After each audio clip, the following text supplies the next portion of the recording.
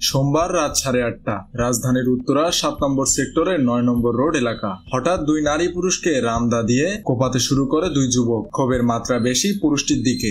নিরুপায় হয়ে ছুটাছুটি করছেন নারী। পুরুষটিকে আক্রমণ না করতে হাত জোর করে অনুরোধ করতে থাকেন তিনি, কিন্তু তাতেও রক্ষা হচ্ছে না। এক পর্যায়ে নিজের জীবন বাজি রেখে অস্ত্রের সামনে ঢাল হয়ে দাঁড়িয়ে গেলেন তিনি। জানা গেছে, ভুক্তভোগী মকবুল জাতীয় নাগরিক কমিটির কেন্দ্রীয় সদস্য তাহসিন রিয়াদের বন্ধু। ঘটনার বর্ণনা দিয়ে জাতীয় নাগরিক কমিটির দায়িত্বশীল সদস্য হাসান মঈন গণমাধ্যমকে বলেন, খবর পেয়ে আমরা ঘটনাস্থলে গিয়েছি। দুইজনকে আটক করা হয়েছে। এই হামলার পেছনে আরো যারা জড়িত তাদের সবাইকে খুঁজে বের করা হবে। ঘটনার কারণ জানিয়ে হাসান মঈন বলেন, কিশোর গ্যাং গ্রুপটি টঙ্গী এলাকার। তারা সেক্টরের ভেতর উচ্চ শব্দে মোটরসাইকেলে হর্ন বাজিয়ে যাচ্ছিল। এ সময় রিকশা থেকে প্রতিবাদ জানান মকবুল ও ইফতি।